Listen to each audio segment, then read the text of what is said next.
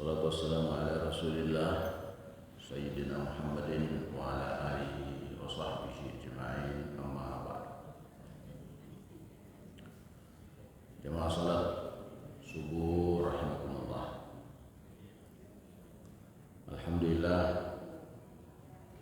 puji syukur kehadirat Allah Subhanahu wa taala bahwa pada Jumat subuh ini kita telah melaksanakan salat subuh berjamaah dan sambil menanti masuknya waktu pagi diawali dengan syuruk atau isyraq, kita mengikuti taklim beberapa saat. Materi yang coba saya angkat pada kesempatan ini adalah materi yang dalam Islam ini sangat prinsipil karena berkaitan dengan ajaran pokok dalam Islam. Hal yang pokok di dalam Islam itu biasa disebut dengan usuliyah. Usul artinya akar atau dasar. Hal-hal yang mendasar disebut dengan usuliyah. Dalam hal usuliyah, umat Islam itu tidak boleh berbeda antara satu dengan yang lainnya. Beda dengan hal-hal yang sifatnya cabang atau biasa disebut dengan furu'iyah. Itu bisa kita berbeda. Misalnya hal yang furu'iyah itu, contoh saja dalam ibadah, kalau dalam muamalah juga banyak. Antara lain kalau dalam ibadah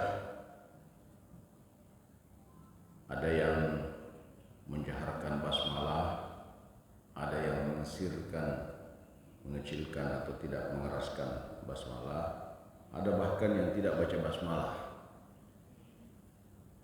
Semua perbedaan-perbedaan ini itu sifatnya furu'iyah, bukan prinsipil. Jadi kalau orang berbeda itu tidak ada masalah karena masing-masing punya dasar. Yang masalah itu orang yang mempermasalahkannya, itu yang masalah. Berarti tidak tamat ngajinya kalau ada yang mempermasalahkan kenapa besar jahar basmalahnya, kenapa tidak menjaharkan basmalahnya, kenapa tidak basmalah, tidak perlu ya. Termasuk misalnya kunut itu ada dalilnya. Sebaliknya juga tidak kunut juga ada dalilnya. Jadi kalau mau kunut silakan, tidak mau kunut juga silakan. Tak usah dipermasalahkan. Dipermasalahkan itu yang masih tidur tidak salat subuh, itu dipermasalahkan. Kalau salat subuh ya silakan. Pilih yang kunut ada dalilnya, mau pilih tidak kunut juga ada dalilnya. Tapi dalam hal furu'iyah, dalam hal usuliyah, itu kita tidak boleh berbeda. Misalnya Tuhan itu ada, itu bagi kita umat Islam wajib kita percaya dan tidak boleh berbeda. Tuhan itu ada. Tuhan itu esa, satu, maha esa, wahid, qul huwallahu ahad. Itu kita tidak boleh berbeda. Kita tidak boleh berbeda. Kapan-kapan ada yang berbeda, maka itu sudah keluar dari ajaran pokok yang biasanya ajaran pokok itu disebutkan di dalam rukun iman. atau rukun Islam. Kita tidak boleh berbeda jumlah rakaat salat fardu. Kalau zuhur 4, asar 4, maghrib 3 dan seterusnya. Itu usuliyah. Kita tidak boleh berbeda di situ. Kapan-kapan ada yang berbeda, berarti itu sudah keluar dari ajaran pokok. Nah, hal yang termasuk usuliyah tentang keberadaan Allah Subhanahu wa ta'ala. Kita yakin bahwa Allah itu ada. Dan tentu karena ini ajaran pokok, maka pasti Al-Quran tidak membiarkan begitu saja tanpa ada penjelasan. Nah, sekarang sekalipun ini diperdebatkan dalam ulama-ulama ilmu kalam, kalau Allah itu ada, lalu di mana keberadaannya? Ini hal yang prinsipil di dalam ajaran Islam, dan karena itu bisa kita menelusuri di dalam Al-Quran di manakah dia. Dan kalau kita membuka Al-Quran dan tidak menjelaskan tentang keberadaan, tidak kurang dari 10 ayat yang menjelaskan. Kenapa dijelaskan? Agar umat Islam tidak salah alamat tentang keberadaannya. Maka kalau kita menelusuri ayat-ayat Al-Quran, menyisir satu demi satu, kita akan menemukan beberapa ayat. Misalnya ayat dalam surah Al-A'raf, termasuk tadi ayat yang kita dengarkan disebut di rakaat pertama dalam surah Al-A'raf ini disebutkan inna rabbakumullahu allati khalaqas samawati wal arda fi sittati ayyamin thumma istawa 'alal 'arsy. Tuhan kalian itu adalah Allah yang menciptakan langit dan bumi pada masa 6 hari, fi sittati ayyam.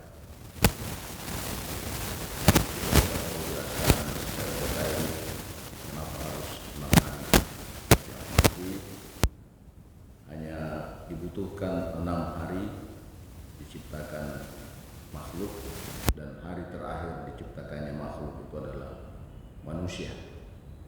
Dan kalau tidak salah pernah saya jelaskan, hari diciptakan manusia itu adalah hari Jumat.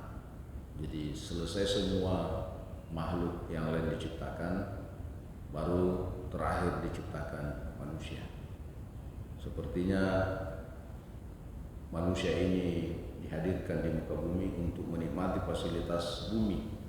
Setelah semua lengkap, barulah kemudian manusia diciptakan. Nah, setelah diciptakan semua makhluk baik di langit maupun di bumi, kemudian di dalam ayat ini disebutkan tsumma stawa 'alal 'arsy. Ini yang menjadi terjemahan krusial yang berbeda antara satu dengan yang lain. Hampir semua menerjemahkan bahwa istawa 'alal 'arsy itu adalah duduk bersemayam di atas arasy. Jadi setelah, kalau ini diartikan secara harfiah, maka setelah Allah ciptakan semua makhluk di langit dan di bumi, kemudian dia duduk di atas arasy, singgasana arasy. Ya. Sepertinya Allah sudah istirahat, dan istirahatnya itu duduk di atas arasy.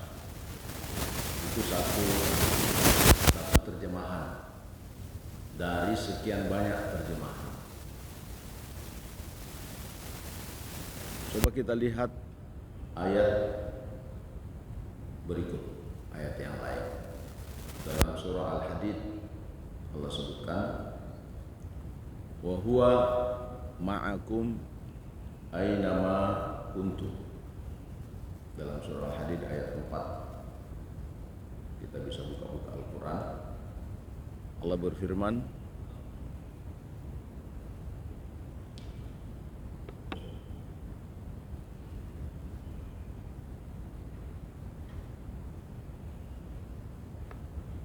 kalau masuk sinyal,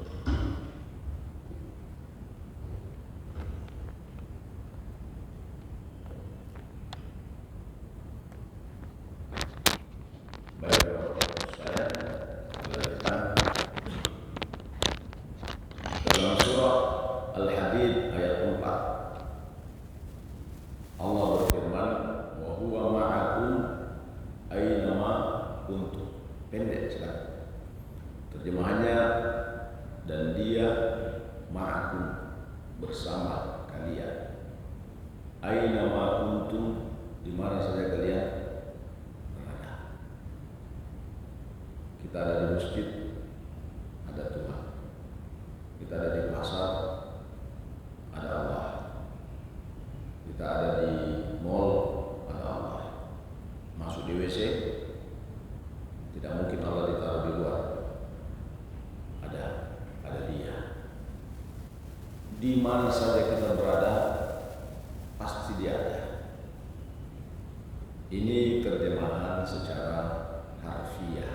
Sama tadi, ayat pertama diterjemahkan secara teks atau diterjemahkan secara harfiah, bahwa Allah itu duduk di atas arasy, bersemayam di sana.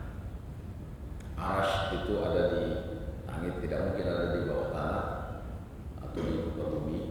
Arasy itu pemahaman umat Islam adalah tempatnya di atas. Karena tempatnya di atas berarti secara harfiah Allah itu sekarang ada di atas. Mari lagi kita melihat di ayat yang lain, surah Al-Qamar ayat 15. Allah berfirman, wa laqad khalaqnal insana wa na'lamu ma tuwaswisu bihi nafsuhu wa nahnu aqrabu ilaihi min hablil warid. Wa nahnu aqrabu ilaihi min hablil warid. Kami ciptakan manusia, kata Allah, kami tahu apa yang dibisikkan di dalam hatinya. Sekalipun manusia berbisik, terbetik di dalam dirinya, kami tahu. Wa nahnu aqrabu ilaihi min hablil warid. Nah, ini poinnya. Kata Allah, kami aqrabu ilaihi, lebih dekat kepadanya, min hablil warid, daripada urat nadi lehernya. Urat nadi leher itu di mana? Lebih dekat sekali. Dan disebutkan urat nadi leher karena inilah urat yang paling dekat dengan roh. Kalau ini putus, roh itu cepat hilang. Tapi kalau tangan putus, mungkin masih lama prosesnya. Tapi kalau ini sudah putus, maka roh itu segera meninggalkan jasadnya. Dan ternyata yang paling terdekat rohnya manusia itu adalah urat nadi lehernya. Dan ternyata Allah menyebutkan lebih dekat daripada urat nadi leher. Sepertinya ada Allah di dalam diri kita yang lebih dekat daripada urat nadi leher. Kurang lebih sama dengan ayat sebelumnya tadi. Sepertinya sejumlah urat nadi leher, begitu juga jumlahnya. Sejumlah tempat, begitu juga jumlahnya. sejumlah manusia, begitu juga jumlah. Ini secara harfiah. Mari kita lagi mencoba melihat ayat Az-Zukhruf ayat 84.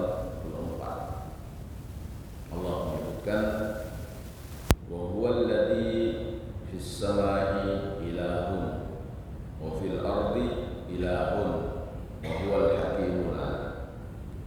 Wa huwal ladzi fis samai ilahun, dan Dia Tuhan yang ada di langit. Wa fil ardi ilahun, dan di bumi juga ada Tuhan, dan Dia Tuhan yang ada di bumi.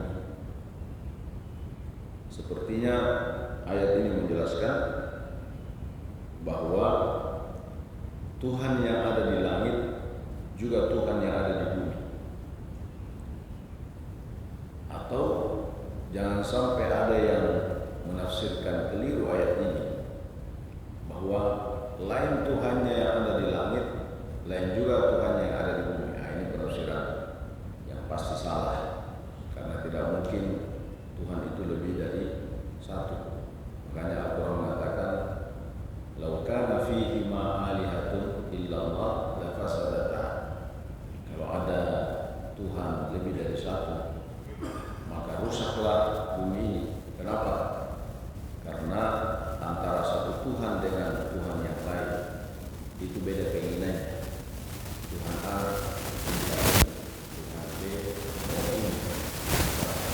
Tapi dulu Tuhan.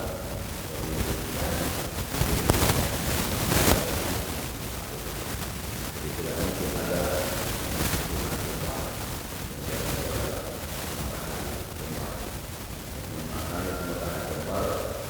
dua orang yang berkuasa di satu dan tidak ada dua orang.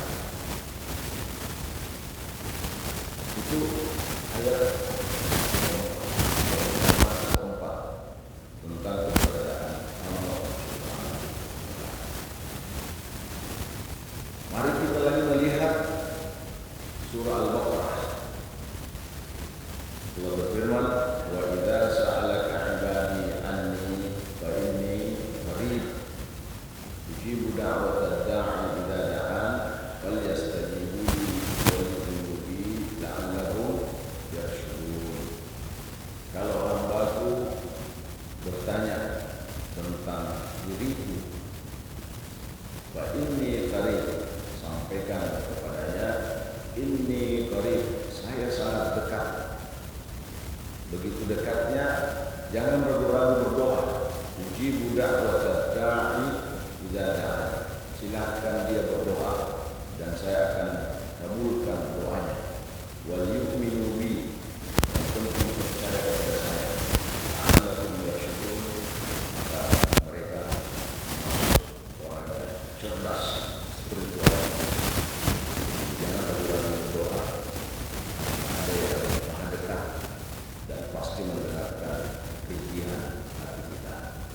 Itulah Allah. Jadi dekat sekali. Dia tidak ada di sana jauh.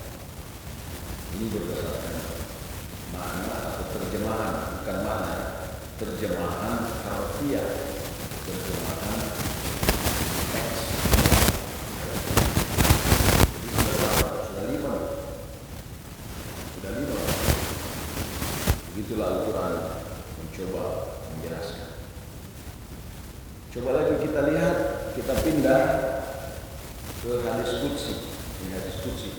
Hadis qudsi itu hadis firman aku tidak ada di dalam Al-Quran, tapi itu adalah kalam Allah, cuma tidak digabungkan dalam Al-Quran. Dia masuk dalam kategori hadis. Dan ini hadis yang terima. Kata Rasulullah, kata Allah di dalam hadis, "Man dzakarani fi nafsihi dzakartuhu fi nafsi." Siapa yang mengingat saya dalam kesunyiannya, dalam kesendiriannya, maka saya akan mengingat dia dalam kesendirianku. Kalau dia zikir dalam kesendirian, dalam keheningan malam, maka saya pun akan mengingat dalam kesendirianku, kata Allah. Tapi waman dzakarani fi mala'in dzakartuhu fi mala'in khairin minhu. Siapa yang berzikir dalam satu kumpulan orang banyak, maka saya juga akan membuat perkumpulan dalam jumlah banyak untuk saya ingat dia. Jadi ini dalilnya, sebenarnya dalilnya bisa berzikir berjamaah. Kita kumpul banyak kemudian zikir jamaah. Ini dalilnya. Siapa yang membuat perkumpulan satu komunitas, satu majelis,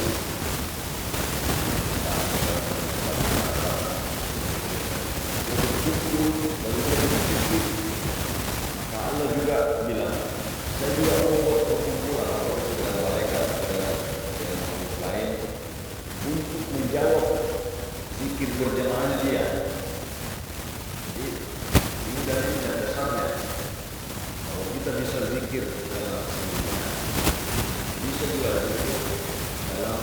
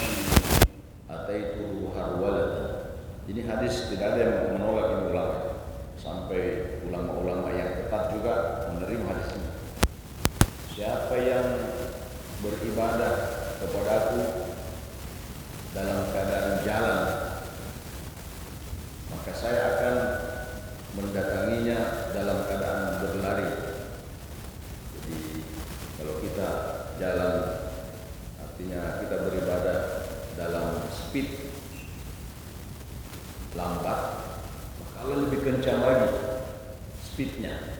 Ya, begitu Allah respon semua ibadah kita. Maknanya apa? Sepertinya hadis ini secara teks Allah itu bisa berjalan, bisa berlari, dan bahkan punya ukuran-ukuran sama ukuran yang dimiliki oleh manusia. Itu secara teks. Jadi sudah ada informasi yang lain lagi. Mari kita lihat informasi yang lain. Inna Allah azza wa jalla yaqulu yawmal qiyamah ya bani Adam maridtu falam ta'udni qala ya rabbi kaifa a'udu wa anta rabbul alamin qala ama 'alimta anna 'abdi fulanan marida falam ta'ud. Allah berfirman dalam hadis qudsi bahwa pada hari kiamat Allah protes, Allah keluhkan. Apa keluhannya Allah di hari kiamat? Wahai manusia, dulu saya sakit, tapi kau tidak besuk saya. Allah sakit juga. Ini hadis qudsi ya. Dulu saya sakit, tapi kau tidak besuk saya. Lalu manusia berkata, ya Rabb, bagaimana mungkin engkau sakit dan saya besuk kamu? Wa anta rabbul alamin. Kau adalah pencipta alam semesta. Tidak mungkinlah sakit. Apa kata Allah? Ama alimta anna abdi fulanan maridah walam ta'ud. Tidakkah kau tahu bahwa ada hambaku yang sakit tapi kau tidak besuk dia? Ama alimta annaka law uttahu lawajadtani 'indahu. Tidakkah kau tahu kalau kau besuk dia, maka kau dapati saya ada di sampingnya, orang yang sakit itu. Seharusnya kau besuk saya, karena saya ada di situ dekatnya. Sudah berapa itu? Ya, berarti sekarang Allah ada di rumah sakit menunggu pembesuk. Siapa yang datang besuk orang sakit, maka dia dapat Allah dari sana. Ini hadis. Tapi secara harfiah begitu tadi. Satu lagi, ini sebenarnya banyak hadis-hadis yang berbeda. Satu lagi, yaqulu Rabbuna tabaraka wa ta'ala kulla lailatin ila as-sama'i dunya hina yabqa thuluthul lailil akhir. Yaqulu man yad'uni fastajibu lahu wa yas'aluni fa'atihi. Allah Subhanahu wa taala berfirman dalam hadis qudsi bahwa sesungguhnya Allah turun, yanzilu Rabbuna, Allah turun ke langit bumi setiap malam, terutama pada sepertiga terakhir, dan berkata, siapa yang berdoa saya akan kabulkan doa, siapa yang meminta maka saya akan berikan, siapa yang memohon ampun maka saya ampuni. Berarti kita tunggu Tuhan turun setiap malam di sepertiga malam terakhir, turun dari langit, turun. Masalahnya kalau di sini malam, di sana siang, dan kalau di sana siang, di sini malam. Berarti Tuhan tidak pernah tinggal di atas loh, karena bergiliran dia. Malamnya kan malam di Arab Saudi. Tidak lama lagi sudah pagi di Arab Saudi, sudah malam di Amerika, atau sudah malam di Indonesia. Berarti kapan tinggalnya di atas? Ya, ini secara harfiah, maknanya secara harfiah. Nah, jamaah sekalian, bagaimana Al-Quran mengajarkan kita pada ayat-ayat yang kesannya ada perbedaan antara satu dengan yang lain secara teks. Mari kita lihat petunjuk Al-Quran. Dalam Al-Quran itu ada surah Ali Imran di ayat ketiga. Itu Allah berfirman, "Walladzi anzala 'alaikal kitaba minhu ayatun muhkamat hunna ummul kitabi wa ukharu mutasyabihat. Di dalam Al-Quran, nah inilah pentingnya ini kita ngaji sampai tamat. Di dalam Al-Quran kata Allah dalam surah Maidah itu dijelaskan, mulai dari Al-Fatihah sampai Qul A'udzu Birabbin Nas, itu 2 ayat secara umum terbagi 2. Ada 2 model ayat. Ada namanya ayat mutasyabihat, ada ayat muhkamat. Jadi betul-betul kita belajar ini, Pak, bukan ceramah ini. Di ini artinya satu SKS ini, Pak.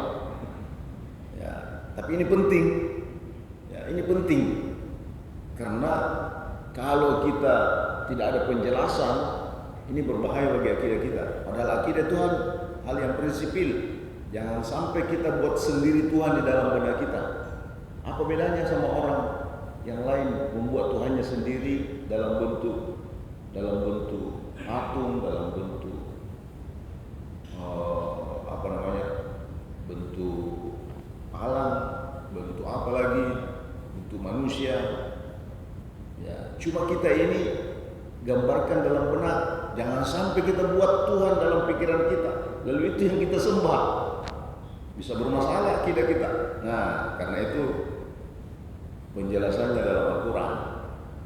Di dalam Al-Quran itu ada ayat yang mutasyabihat, ada ayat yang muhkamat. Apa artinya mutasyabihat? Mutasyabihat itu bisa bermakna ada kemiripan-kemiripan arti, sehingga di antara makna-makna yang ada kemiripan itu perlu diperjelas. Bisa juga bermakna ayat mutasyabihat itu bermakna ayat yang samar terjemahannya, samar maknanya. Ini kenapa bisa samar? Karena antara satu ayat dengan ayat yang lain di situ ada perbedaan secara harfiah. Nah, ini tadi ini, ya toh? Ada ayat ini A mengatakan ini, dia ada di atas aras. Ada ayat yang mengatakan ada di langit, ada juga di bumi. Ada lagi ayat mengatakan di mana saja kalian berada, di situ dia ada. Ada ayat mengatakan dia lebih dekat daripada urat nadi leher. Ada lagi ayat mengatakan lebih dekat lagi dari itu. Banyak sekali. Sehingga ayat-ayat seperti ini itu digolongkan dengan ayat mutasyabihat. Siapa yang bilang? Al-Quran yang bilang. Ayat seperti ini namanya ayat mutasyabihat. Nah, bagaimana sikap kita? Ada juga ayat muhkamat. Apa itu muhkamat? Yang jelas maknanya. Bagaimana perannya muhkamat? Hunna ummul kitab. Itu adalah rujukannya ayat-ayat mutasyabihat. Jadi kalau begitu, semua ayat-ayat yang tadi kita dengarkan ini, yang kita baca, itu harus dibawa ke ayat muhkamat yang jelas maknanya. Nah, sekarang mana ayat yang muhkamat yang berkaitan dengan Allah? Ini yang perlu kita cari. Ulama menjelaskan berdasarkan juga referensi hadis, ayat yang muhkamat yang berkaitan dengan ini ada 2 paling tidak. Pertama, ada ayat di dalam Asy-Syura, ayat 11 Allah berfirman, laisa kamitslihi syai'un. Laisa kamitslihi syai'un. Gampang sekali kita hafal. Laisa kamitslihi syai'un. Laisa tidak ada, kamitslihi yang serupa, syai'un satu pun. Pokoknya apa saja yang terlintas di pikiran Pak, laisa kamitslihi syai'un. Allah itu berdiri, duduk, lari, laisa kamitslihi syai'un. Allah itu duduk bersemayam, laisa kamitslihi syai'un. Allah itu dekat dari urat nadi, ada di mana-mana, laisa kamitslihi syai'un. Itu ayat yang muhkamat. Kenapa kalau kita katakan duduk itu kerja makhluk? Kenapa kalau kita katakan berlari itu kerjaan makhluk? Kenapa kalau kita mengatakan ada di suatu tempat, tempat itu tinggalnya makhluk, sementara Allah bukan makhluk. Kalau arsy itu yang ditempati, pertanyaannya, di mana dia sebelum adanya arsy? Nah, sementara arsy ini adalah makhluk. Itu arsy kan diciptakan juga. Pertanyaannya, di mana dia sebelum ada arsy?